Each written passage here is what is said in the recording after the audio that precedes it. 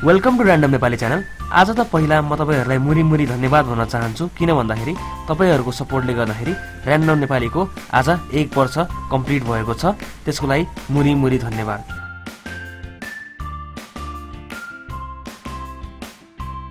Random Nepali 1 वर्ष complete गर्यो नि, त्यो कारणले गर्दाखेरि म धेरै खुसी भए।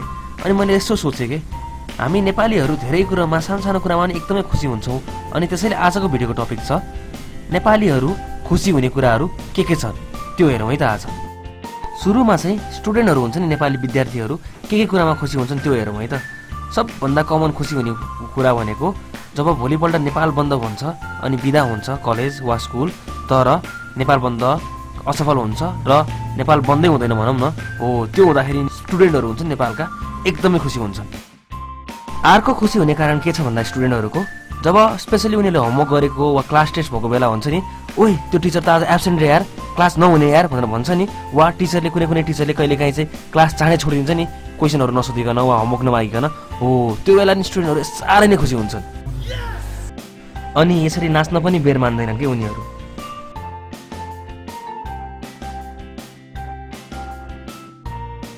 जब त्यो प्यान्ट लगाइन्छ नि 1-2 हप्तापछि अनि पकेटमा यसो हात राख्दाखेरि 100 रुपैयाँ 200 रुपैयाँ भेटिन्छ नि, स्पेशली त्यो पैसा नभएको बेला के, त्यो बेलाको आनन्द, त्यो स्वर्गीय आनन्दको त के कुरा गर्नु, बा कुरा गरेरै साध्य छैन। त्यसरी नै यो लोड सेडिङको टेन्सन छ। लोड सेडिङमा बत्ती जानुपर्ने बेला बत्ती काटेन भने वा गइराख्नुपर्ने बेलामा पनि 1-2 घण्टा चाँडै आयो भने चाहिँ नि हामी नेपालीहरु यति खुसी हुन्छौं कुरा नै नगरौँ। त्यसरी नै त्यो जाम हुन्छ नि बाटोमा, स्पेशली काठमाडौँको बाटोमा के, हो त्यो घर फर्किने बेला अफिस टाइममा जामको बेला जाममै नपरिकन घर फर्किन पाइयो भने चाहिँ नि त्यो बेला पनि सारै नै खुसी लाग्छ क्या हामीलाई। त्यसरी नै वाइफाई नभएको घरमा फोकटमा कसै नेबरको वा आफ्नो छिमेकीको वाइफाई चलाउन पाउँदाखेरि नि वा उनीहरुको ह्याक गरेर चलाउँदाखेरि पनि हामी नेपालीहरु खुसी भएर चलाउँछौं। अझ हुँदा जब हामीले 1 प्लेट मोमो मगाउँछौं नि अनि 10 पिस सट्टो 11 पिस आयो भने पनि हामी खुसी हुन्छौं के। कहिलेकाहीँ आफन्तले हुन्छ नि मामा घरमा टिका लगाएर वा कतै टिका लगाएर पैसा दिँदाखेरि वा यतिकै पैसा दिँदाखेरि नै भए पर्दैन भनेर भन्छौं, तर मनमनै खुसी भएर वक्ख भएर पैसा लिन्छौं नि, हो त्यो बेला नि सारै खुसी लाग्छ है। अनि हामी नेपालीहरु खुसी हुने अरु कुराको कुरा गर्नु पर्दाखेरि चाहिँ सबजना नेपाली कहिले खुसी हुन्छौं भन्दाखेरि कुनै विदेशी न्यूज वा कुनै विदेशी भूमिमा नेपालीले केही राम्रो गरेको खबर सुन्न साथ हामी सारै नै खुसी हुन्छौं के। अर्काको लागि भए पनि जसको लागि भए पनि खुसी चाहिँ हुन्छौं हामीले। त्यसरी नै बाहिरको इन्डिया वा कतैको शोमा हुन्छ नि नेपालीले के, फर एक्जाम्पल अहिले त्यो डिआइडी हो कि केमा एकदमै नेपालीले राम्रो गरिरहेछ नि, हो त्यस्तो सुन्दाखेरि नि हामीलाई एकदमै सारै नै खुसी लाग्छ। अनि त्यति मात्रै नभइकन कसै नेपालीले कुनै पनि र्यान्डम नेपालीले कुनै पनि र्यान्डम कन्टेस्ट कुनै पनि र्यान्डम कम्पिटिसनमा जित्यो भने पनि हामीलाई सारै नै खुसी लाग्छ। मैले तपाईहरुलाई सोधेको थिएँ एउटा तपाईहरुलाई केमा खुसी लाग्छ भन्दाखेरि एउटा साथीले एकदम रमाइलो आन्सर के दिनुभयो भन्दाखेरि मोमो खाएपछि चाहिँ हैजा लागेन भने चाहिँ एकदमै खुसी लाग्छ रे के नेपालीहरुलाई। त्यो नि एक तरिकाले साँचो नै हो। त्यसरी नै पेट्रोल लिन जाँदाखेरि हुन्छ नि पेट्रोल पम्पमा लाइनै नफसिकन पेट्रोल पाउँदाखेरि वा त्यो सर्टेजको बेला हुन्छ नि 1 घण्टा भित्र मात्रै हामीले पेट्रोल पायौं भनेर भन्दाखेरि पनि हामीलाई सारै नै खुसी लाग्छ।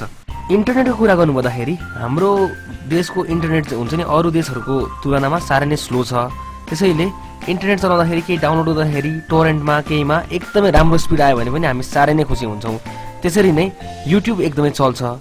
युट्युब चलाउँदाखेरि नकुरिकन नरोकिकन ढुक्कसँग सरर अगाडि बढ्यो भने चाहिँ नि भिडियो, हो त्यो बेला पनि सारै नै खुसी लाग्छ के। हामी नेपालीहरु अर्को खुसी हुने कुरामा के पर्छ भन्दाखेरि कहिलेकाहीँ मापसे गरेर कसैले गाडी चलाउने बाइक चलाउने गर्छ नि, अनि साँझ घर फर्किँदाखेरि ट्राफिकको चेकिङमै परेन भने वा ट्राफिकले चेक गर्दाखेरि पनि फसेन भने हुन्छ नि सारै नै खुसी हुन्छौं के। त्यो भन्दैमा मापसे गरेर चलाउनु चाहिँ हुँदैन गाडी, हेर्नुस्। त्यसरी नै लाइसेन्स नभएको मान्छेले ट्राफिकले रोक्दाखेरि लाइसेन्स छ भनेर सोध्दाखेरि छ भने बेला चेकै नगरिकन ल जानुस् भनेर भन्दाखेरि हुन्छ नि, हो त्यो बेला पनि हामीलाई सारै नै खुसी लाग्छ के। हामीहरु सबैलाई थाहा नै छ नि त्यो एनटीसी को रिचार्ज कार्ड रिचार्ज गर्न कति दुःख छ भनेर, हो त्यो एनटीसी को रिचार्ज कार्डले रिचार्ज गर्दाखेरि पहिलो चोटी नै रिचार्ज भयो भने र लेटली अस्तिको कुरा गर्दाखेरि त 2-3 दिनपछि रिचार्ज गर्दा पहिलो चोटी रिचार्ज भयो नि, हो त्यो बेलाको खुसीको त त्यो बेलाको आनन्दको त के कुरा गर्नु के।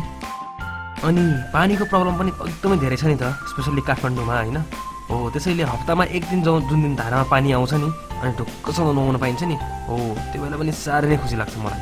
अनि अर्को के छ भन्दाखेरि हामी जब लामो टुरमा गइन्छ वा प्लेन चढिन्छ हो त्यो बेला पनि साइडमा केटाहरूलाई स्पेसल्ली साइडमा राम्री केटी पर्यो भने चाहिँ नि हो त्यो बेला पनि साह्रै नै खुसी लाग्छ के।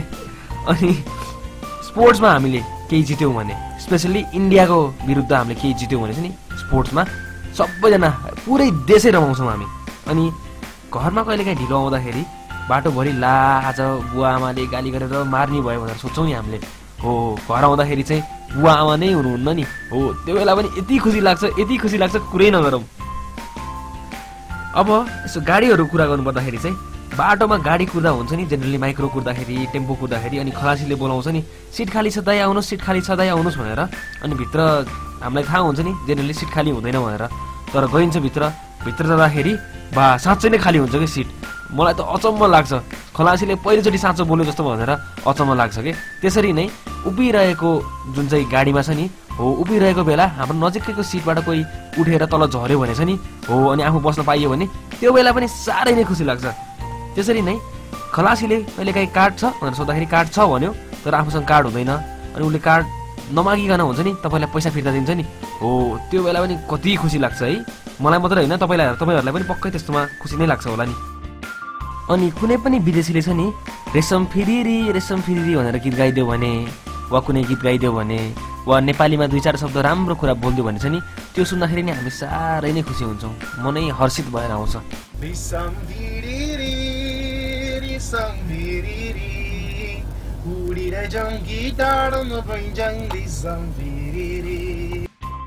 तपाईहरूले आफ्नो जुन कमेन्ट दिनुभयो मलाई हेल्प गर्नको लागि यो भिडियो बनाउनलाई त्यसको लागि तपाईहरूलाई मुरी धन्यवाद। अरू मैले केही छुटाएको छु भने जसले नेपाली हामी खुसी हुन्छौँ नि हो त्यो खुसी हुने कुरा छुटाएको छु भने तल कमेन्टमा कमेन्ट गर्न नबिर्सिनु होला। र यो तपाईँलाई भिडियो कस्तो लाग्यो यो भिडियो मन परेमा यसलाई लाइक गर्न यसलाई कमेन्ट गर्न सेयर गर्न र यो च्यानललाई सब्स्क्राइब गर्न नबिर्सिनु होला।